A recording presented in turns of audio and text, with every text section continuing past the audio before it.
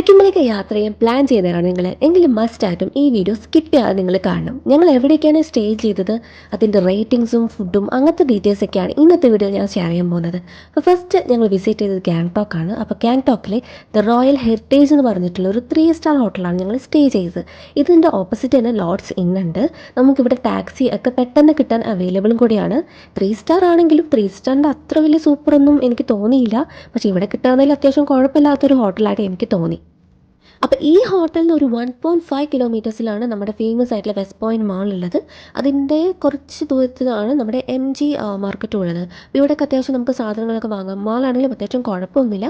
നമ്മുടെ ലുലു മാളിൻ്റെ അത്ര വലിപ്പമൊന്നുമില്ല. പക്ഷേ ഈ ഒരു സ്ഥലത്ത് വെച്ച് നോക്കുമ്പം അത്യാവശ്യം അടിപൊളി മാളാണ്. അവിടെ ഫുഡ് കോർട്ട് ഉണ്ട്. അവിടെ നമുക്ക് സൗത്ത് ഇന്ത്യനും നോർത്ത് ഇന്ത്യനും അതുപോലെ തന്നെ KFC അങ്ങനത്തെ ഡിഷസൊക്കെ നമുക്ക് എക്സ്പ്ലോർ ചെയ്യാൻ പറ്റും. അപ്പം ഈ ഒരു ഹോട്ടലിൽ എനിക്ക് ഏറ്റവും ഇഷ്ടമായിട്ടുള്ള ഒരു കാര്യം എന്ന് വെച്ചിട്ടുണ്ടെങ്കിൽ ഇവിടെ നമുക്കൊരു വ്യൂ പോയിൻ്റ് ഉണ്ട്. അപ്പം നൈറ്റ് വ്യൂ ആസ്വദിക്കാൻ പറ്റും. അതുപോലെ തന്നെ മോർണിംഗ് വ്യൂ ആസ്വദിക്കാൻ പറ്റും. നൈറ്റ് വ്യൂ എന്ന് വെച്ചിട്ടുണ്ടെങ്കിൽ ഈ ബിൽഡിങ്സൊക്കെ ലൈറ്റായിട്ട് നല്ല അടിപൊളിയാണ്. പിന്നെ ചെറിയ തോതിൽ തണുപ്പുണ്ട് ഇവിടെ. അപ്പോൾ നമുക്ക് സ്വെറ്റർ വേണമെങ്കിൽ യൂസ് ചെയ്യാം, അല്ലാതെ നമുക്കിവിടെ സ്റ്റേ ചെയ്യാൻ പറ്റും. പിന്നെ ഏറ്റവും മെയിൻ ഹൈലൈറ്റ് എന്ന് വെച്ചിട്ടുണ്ടെങ്കിൽ നമ്മളിങ്ങനെ സൂം ചെയ്ത് നോക്കുകയാണെങ്കിൽ അകലെ ഒരു മഞ്ഞുമല കാണാൻ പറ്റും. നല്ല ബ്യൂട്ടിഫുൾ മഞ്ഞുമലയാണ്.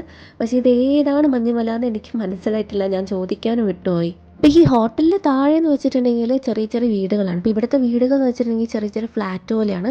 വലിയ സൗകര്യമൊന്നുമില്ല. ഇപ്പോൾ ഇവിടെ ഒരു അമ്മൂമ്മ പ്രാർത്ഥിക്കുന്നതാണ്. പിന്നെ ഇവിടുത്തെ വീടുകളിൽ ഒരു പ്രത്യേകത എന്ന് വെച്ചിട്ടുണ്ടെങ്കിൽ അവർ ഗാർഡനിങ് ഒക്കെ നല്ല പോലെ ചെയ്യും. മണ്ണിലല്ല, പക്ഷേ ചെറിയ ചെടിച്ചട്ടിയിൽ നല്ല ബ്യൂട്ടിഫുള്ളായിട്ട് ചെടികളൊക്കെ നട്ട് എനിക്ക് തോന്നുന്നു ഈ ഒരു കാലാവസ്ഥയിൽ നല്ല നല്ല ഫ്ലവേഴ്സും ഇവിടെ വളരുന്നുണ്ട്.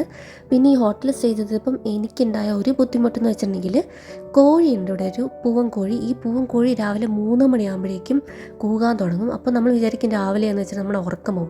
നല്ല രീതിയിൽ അത് കൂകുന്നുണ്ട്. വേറൊരു ഡിഫിക്കൽട്ടി എനിക്ക് ഫേസ് ചെയ്യുന്നത് വെച്ചിട്ടുണ്ടെങ്കിൽ രാത്രി 3 മണിക്കോ 4 മണിക്കോ ആരോ വന്ന് ഇങ്ങനെ കോളിംഗ് ബെല്ലും അടിച്ചു, അതുപോലെ തന്നെ തട്ടുകയും ചെയ്തു. അത് വേറെ ആരോ ഒക്കെ ആയിരുന്നു, പക്ഷേ അത് മാത്രം ഒരു ഡിഫിക്കൽട്ടി. ഈ 2 ഡിഫിക്കൽട്ടി മാത്രമേ എനിക്ക് ഫീൽ ചെയ്തിട്ടുള്ളൂ. പിന്നെ റെസ്റ്റോറൻറ്റ് എന്ന് വെച്ചിട്ടുണ്ടെങ്കിൽ നമുക്ക് ബ്രേക്ക്ഫാസ്റ്റ് കോംപ്ലിമെൻ്ററി ആണ്. ഡിന്നർ നമുക്ക് കഴിക്കാം, പക്ഷേ അതിന് നമ്മൾ എക്സ്ട്രാ പൈസ കൊടുക്കണം. അപ്പം ബ്രേക്ക്ഫാസ്റ്റ് കോംപ്ലിമെൻ്ററി ആണെങ്കിലും അത്യാവശ്യം കുഴപ്പമില്ലാത്തൊരു നോർത്ത് ഇന്ത്യൻ ബ്രേക്ക്ഫാസ്റ്റ് ആണ്. പക്ഷേ കുറേ ഐറ്റംസ് ഒന്നും ഇല്ല. നമുക്ക് ബ്രെഡ് ഉണ്ട്, ജാം ഉണ്ട്. പിന്നെ ആ ദിവസം ഞങ്ങൾക്ക് കിട്ടിയത് പറാത്തയും അതുപോലെ തന്നെ ഈ ആലുവിൻ്റെ ഒരു ഇതും പിന്നെ മുട്ട ചെക്ക് ചെയ്തതാണ്. പിറ്റേ ദിവസം ഞങ്ങൾക്ക് ഓംലെറ്റ് കിട്ടിയായിരുന്നു. ഇവിടെ ഒരു ഉപ്പുമാവൊക്കെ ഉണ്ട്. ഗൂഗിൾ മാപ്പിൽ അടിപൊളി ഫോട്ടോയാണ്, പക്ഷേ ഇതാണ് ഒറിജിനൽ റിയാലിറ്റി. അപ്പോൾ ഞങ്ങൾ നെക്സ്റ്റ് പെല്ലിങ്ങിൽ സ്റ്റേ ചെയ്തത് സില നോർഫൽ പെല്ലിംഗ് എന്ന് പറഞ്ഞിട്ട് അവർ പുതിയതായിട്ട് തുടങ്ങിയ ഒരു ഹോട്ടലാണ്. അപ്പം ഈ ഒരു ഹോട്ടലിൻ്റെ പ്രത്യേകത, ഈ ഒരു ഹോട്ടലല്ല ഇവിടെയുള്ള എല്ലാ ഹോട്ടലിൻ്റെയും പ്രത്യേകത എന്ന് വെച്ചിട്ടുണ്ടെങ്കിൽ മൗണ്ട് കഞ്ചൻജുങ്ക വ്യൂ നമുക്ക് കാണാൻ പറ്റും. പക്ഷേ എപ്പോഴും കാണാൻ പറ്റില്ല, നല്ല ക്ലൈമറ്റ് ആണെങ്കിൽ മാത്രമേ കാണാൻ പറ്റുള്ളൂ. ഈ ഹോട്ടലിൽ നമുക്ക് ഹീറ്ററൊക്കെ നമുക്ക് എക്സ്ട്രാ ചാർജ് കൊടുത്തിട്ട് നമുക്ക് വാങ്ങാൻ പറ്റും. പിന്നെ പുതിയ ഹോട്ടലായതുകൊണ്ട് അതിൻ്റെയൊക്കെ കുറച്ച് കുറവുകളുണ്ട്. അതായത് ഇവിടെ നമുക്ക് മാനേജ് ചെയ്യുന്ന ചെറിയ പിള്ളേരാണ്. അതുകൊണ്ട് തന്നെ ചില കാര്യങ്ങളൊന്നും അവർ വെക്കാൻ മറക്കും. അപ്പോൾ നമ്മൾ വീണ്ടും വീണ്ടും റിസപ്ഷനിൽ പോയിട്ട് ഇങ്ങനെ പറയേണ്ട വരുന്നുണ്ട്. അത് മാത്രമാണ് ഒരു ബുദ്ധിമുട്ട് എനിക്ക് ഫീൽ ചെയ്തത്. അത്യാവശ്യം നല്ല വൃത്തിയൊക്കെ ഉണ്ട്, അതുപോലെ തന്നെ സൗകര്യമൊക്കെ ഉണ്ട്. പിന്നെ ബാത്റൂം എന്ന് വെച്ചാൽ ഭയങ്കര വലിയ ബാത്റൂമൊന്നുമല്ല, ഒരു ചെറിയൊരു അത്യാവശ്യം അഡ്ജസ്റ്റ് ചെയ്യാൻ പറ്റിയൊരു ബാത്റൂമാണ്. അപ്പം ഇവിടുത്തെ വ്യൂ ആണ് ഇവിടുത്തെ ഈ ഏരിയയിലുള്ള ഹോട്ടലിലെ ഏറ്റവും വലിയ ഹൈലൈറ്റ്. ഈ ഒരു ഹോട്ടലിൽ എല്ലാ റൂമിനും ബാൽക്കണി ഉണ്ട്.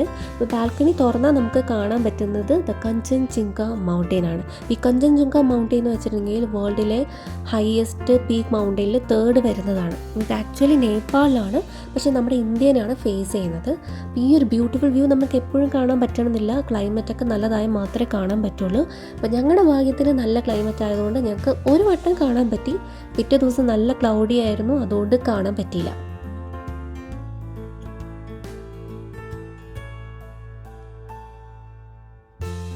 ഇവിടെയും ബ്രേക്ക്ഫാസ്റ്റ് കോംപ്ലിമെൻ്ററി ആണ്. അപ്പോൾ താഴേക്കാണ് ഇവരുടെ റെസ്റ്റോറൻറ്റ് വരുന്നത്.